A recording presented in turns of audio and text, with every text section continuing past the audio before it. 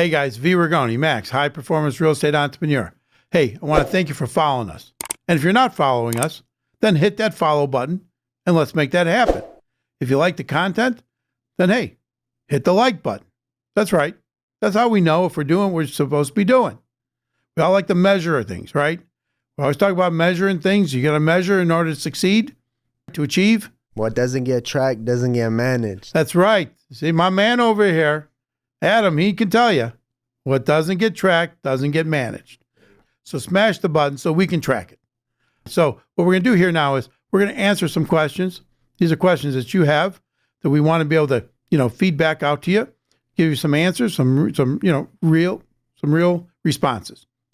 Give me one there, Adam. So consumer debt is a huge problem in the U.S.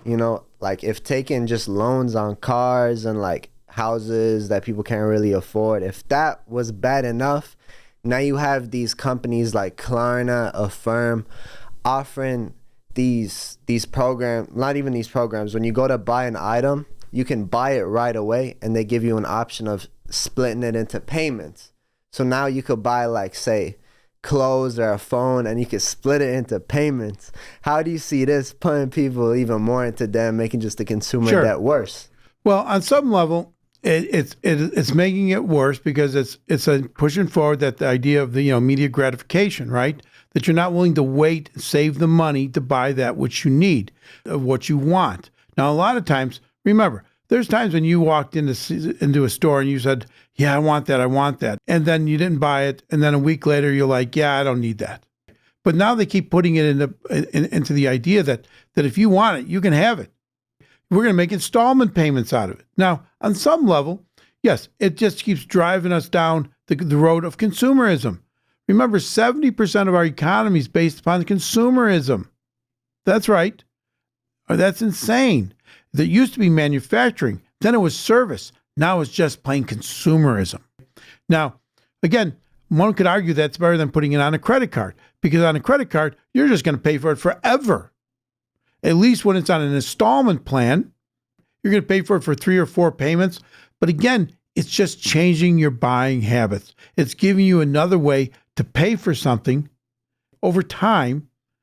It may be a piece of junk by the time you got it paid off, just like it is typically when you buy it on a credit card. So, hey, don't go down that path.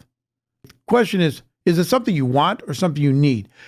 Don't be using credit to buy consumer stuff. Credit is for investing. Credit is for borrowing money in order to buy assets, income-producing assets. There ain't no way you're going to find that at a Nordstrom's. There ain't no way you're going to find that at a Walmart. You can find some assets that are going to make you money at Walmart, pay for it over time. But then that ain't happening. Yeah, because I think that lines of credit aren't necessarily bad. It makes it so much easier to get that instant gratification that people get so much of it. And then it piles up. And then at the end of the day, now they're like, well, I'm screwed now. That's right. Yep. So according to the Nation Endowment for Financial Education, 70% of lottery winners end up going bankrupt within a few years. How important is it to have financial literacy even when you do have the money to buy the things that you buy? Well, sure. Well, and the only reason the other 30% don't go bankrupt is because those are the guys that are winning the big bucks, right? The 20 million, the 100 million, the 150 million, that kind of thing. But if you're winning $1 million, you're winning $5 million or less, probably $10 million or less, you're going to be one of those 70% because you're just going to quit your job. You're going to pay a lot of taxes on the money, right? You're going to do all these things, and then you're going to give a bunch of it away. So typically they say that people will lose money that they didn't have to work for in some way. Now, I'm not talking about trading your time for the money. I'm talking about is money that based upon an asset that you bought and then the income's coming in. That's different than getting a lottery ticket. Remember, the statistics are just basically telling you that if you get money that falls out of the sky, falls from heaven, that's why most people will lose their inheritances because they squander them very quickly.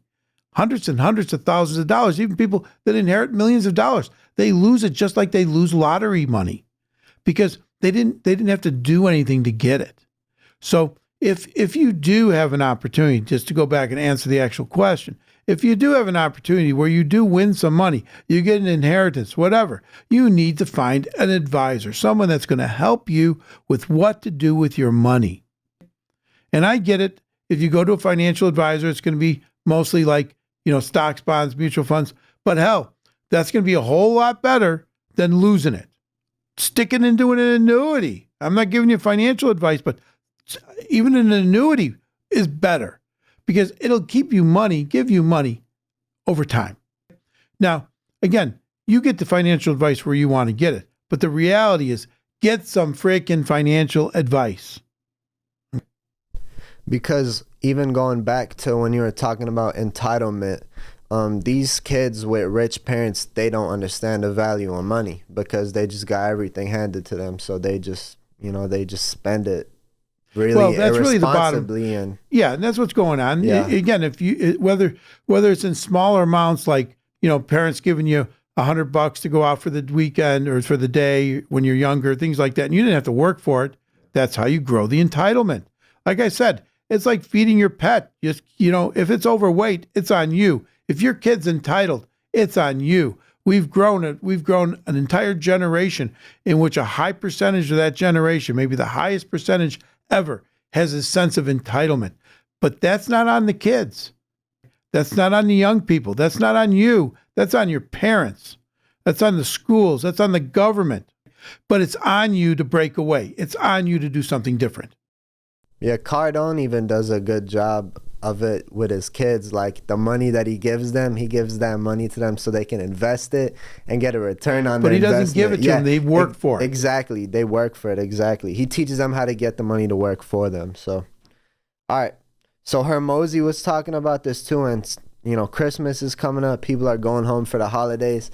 The upcoming entrepreneurs, they're going to be at that dinner table, family critiquing them, stuff like that. How's the little business going? How do people deal with that, and how do people not get discouraged and actually are able to still get along with their family members while also focusing on their business? Well, the bottom line is, good question, and because that is coming up here, right? Keep it to yourself. You don't have to share information with your family. They didn't walk the road that you're walking. They're not doing what you're doing. They can't appreciate what it is because all they're doing is trading their time for money. Now, yes, you might be working twice as much as they are, and they don't understand that either. Why are you working so much? Why don't you take a vacation? It's not good for your kids. It's not good for your wife. It's not good for this. It's not good for you. Blah, blah, blah, blah, blah. So why put yourself in front of that as a target? Don't. Shut the hell up. I'm not saying you can't talk to anybody in your family, but talk to the people that are supporting you. And don't do it in front of all the other people. Because if someone's not doing what you're doing, if someone's not trying to become financially free, financially independent, do you think they're going to be positive about what you do? Because what you're doing is flying in the face of what they're doing. They went and got the college education. They've got the job. They're trying to build the corporate ladder. At the same time, they're building their lifestyle. They're doing all this stuff. And then you're telling them that your mindset says, that's all bullshit. So you're not going to expect them to push back on you? So just keep it to yourself. You got other entrepreneurs in the family? Well, sit down, talk with them. But don't do it at the dinner table, all right? Just don't. It's not worth it. People learn that with the whole Trump thing, right? The Trump derangement syndrome. Don't talk about Trump at the dinner table if you got people that have Trump derangement syndrome. That's just the way it goes. Don't talk about being an entrepreneur in front of people that are wage slaves. That's right, wage slaves. And I don't care if they're making $250,000 a year. If they're getting a W-2, they're a wage slave. They're not going to be happy with what you got to say. And they're not going to support you. So why do it? Well, that wraps it up for these questions. I want to thank you for sending them in. And hey, let's get out there. Let's make it happen because it's on you. You get to be the rudder of your ship. You're the captain. Steer it. Let's make it happen. Talk to you soon.